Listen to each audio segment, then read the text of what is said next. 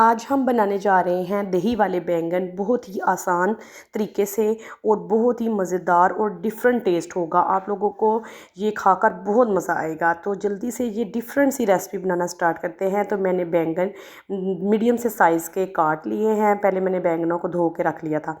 उसके बाद जी मैंने इसके ऊपर सिंपल थोड़ा सा हल्दी लगाकर इनको फ्राई कर लिया है ऑयल में। थोड़े से ऑयल में मैंने इन्हें फ्राई कर लिया है। उसके बाद मैंने तकरीबन 1 चमचा भर के ऑयल का लिया है।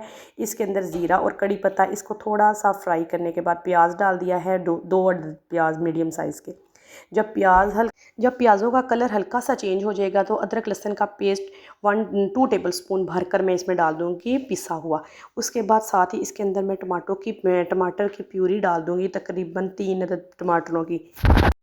अच्छे तरीके से टमाटर डाल के तो इसको मिक्स कर लेना है और इसकी भुनाई करनी है। साथ ही इसके अंदर सिंपल मसाले, नमक, लाल मिर्च और सूखा धनिया मैं ऐड कर दूँगी और अच्छे तरीके से इसकी भुनाई करते जाएंगे। इस तरीके से भुनाई आप लोगों ने करते जाना है मीडियम टू लो हीट पे।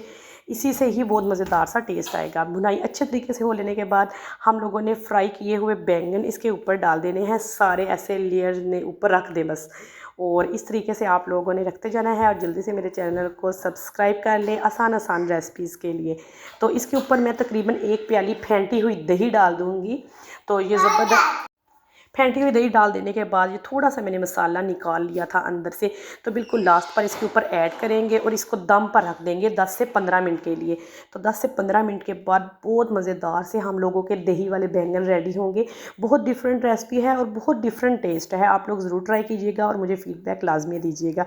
तो मिलते हैं फिर किसी नई वीडियो के साथ, आसान वीडियो के साथ, मज़ेदार सी वीडियो के साथ। तब तक के लिए अल्लाह हाफिज़।